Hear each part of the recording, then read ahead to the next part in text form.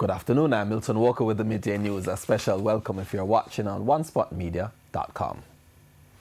The People's National Party, the PNP, says it will go ahead with its plans to hold its final mass rally at Folly Oval in Portland tomorrow.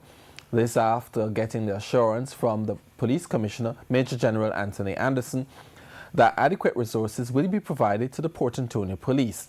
The Jamaica Labour Party was previously granted a permit for the staging of its mass rally in Port Antonio Square tomorrow. However, the Police High Command says that having two political meetings in close proximity would have been a logistical challenge. Prime Minister Andrew Holness had called for the PNP to act responsibly, accusing the party of trying to change the date for its mass meeting after agreeing to have it last night. We're speaking with our news centre this morning. Julian Robinson, the General Secretary of the PNP, refuted Prime Minister Andrew Holness' statement during a meeting in Manchonil, Portland last night.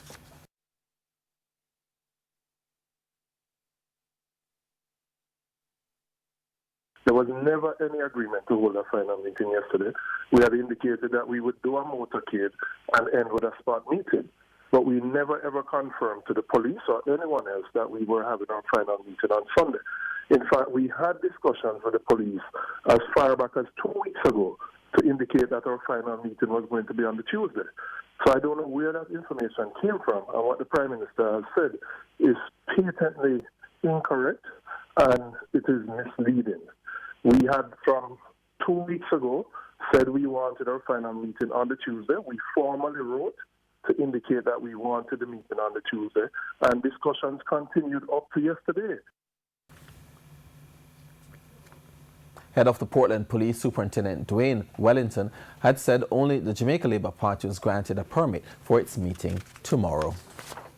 And the Executive Director of the National Integrity Action NIA, Professor Trevor Monroe, is optimistic any breach of the campaign finance rules in Portland Eastern by-election will be flagged. He was responding to the allegations of vote selling and buying on the ongoing campaign. Step has been made, the new law, anybody who receives a public contract of over $500,000 within 2 years of this by-election, who then makes a contribution to either side, has to disclose that to the Electoral Commission. This is an innovation.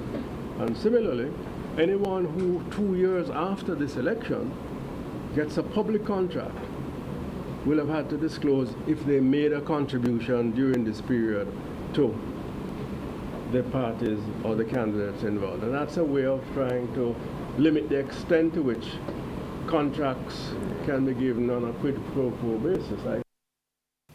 Water levels at the corporate area's two main catchment facilities have now declined below 50% due to the worsening dry spell. On Friday, the Hermitage Dam was at 42% of its capacity and the Mona Reservoir at 46%. National Water Commission Corporate Public Relations Manager Charles Buchanan says the drop in levels result from a longer than normal dry spell in eastern Jamaica. It's stretching back into sometime early to 2018. So for several months, the catchment areas from which the Mona Reservoir and the Hermitage Dam are replenished have been receiving below normal rainfall. So that has had a cumulative effect of seeing us at this level of storage. He says the Commission's non-revenue water reduction program has helped to slow the decline at the two facilities. Tourism workers living in Grange-Penn St. James are set to have their living conditions formalized from a $1 billion housing project. The workers have been living on squatted lands. The funds are being provided by the Tourism Enhancement Fund, the TEF. Housing Agency of Jamaica, HAJ, will oversee the infrastructural upgrade for the 535 households in the community. Speaking at the groundbreaking ceremony for the Squatter Settlements Upgrade Project, Tourism Minister Edmund Bartlett said the housing project will be a development that the parish has never seen before. To build more slums, we are fixing up the human habilitation elements, fixing up the housing requirements, and making it available to people so that when you leave your homes to go and work in palatial hotels, you're not coming back into a hovel, and you're coming back into a nice, decent dwelling with running water and warm water and fresh bath and wonderful arrangements for your children and yourself. Mr. Bartlett added that the residents will also play an active part in the development. And so if they're making water available through desalination, water will be provided for the people across the road.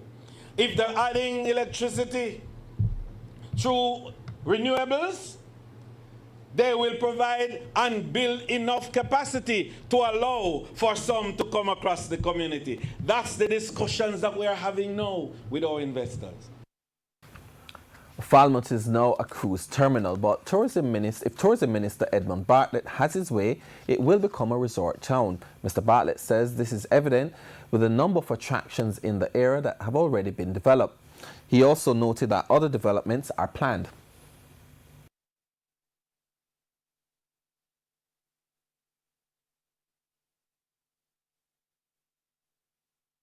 Falmouth has now got to get involved with the investment side.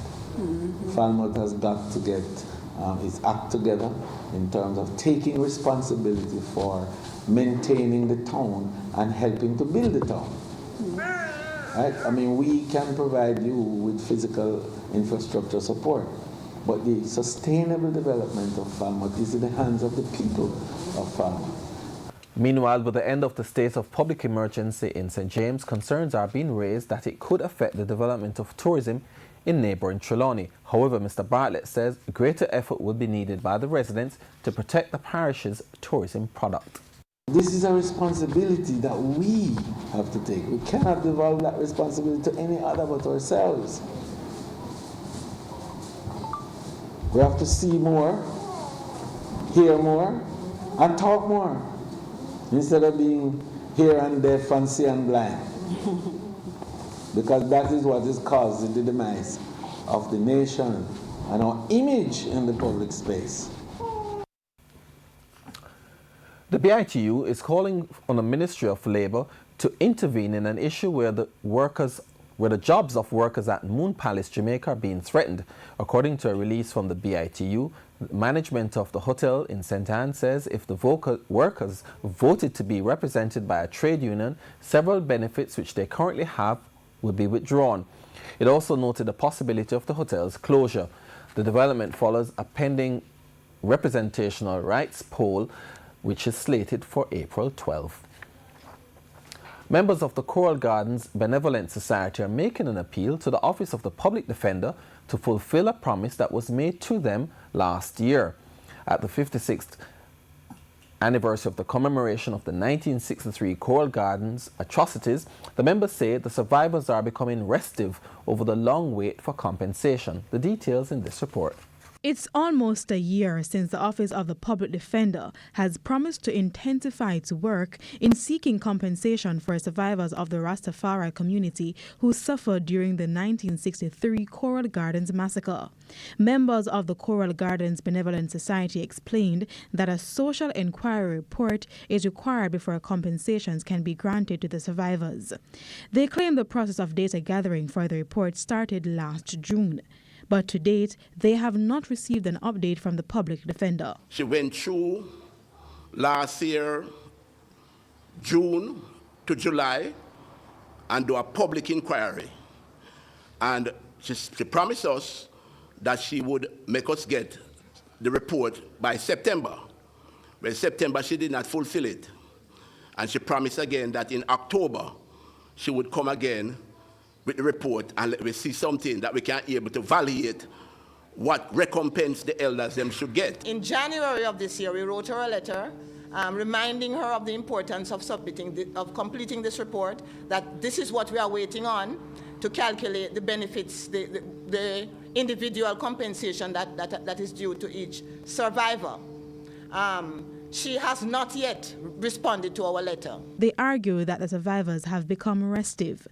According to the members, the welfare of the over 40 survivors is critical. We have some brethren, they are 70-odd, 80-odd year old, and a lot of them have ailment, sickness, which them have to go to the clinic very regular. And as you know, at those age, normally health is not good with them. Alicia Williams, TVJ News. In sports, Cavalier will be looking to secure a semi-final clash against Waterhouse when they host Arnett Gardens in their second leg quarter-final at the Drewsland Stadium this evening. Cavalier have the upper hand going into tomorrow's contest after a comfortable 3-0 win in the first leg, thanks to goals from Siobhan Marsh, Alex Marshall and Nicholas Hamilton. While acknowledging their advantage, Captain Marsh and head coach Rudolph Speed still want a strong performance from the team.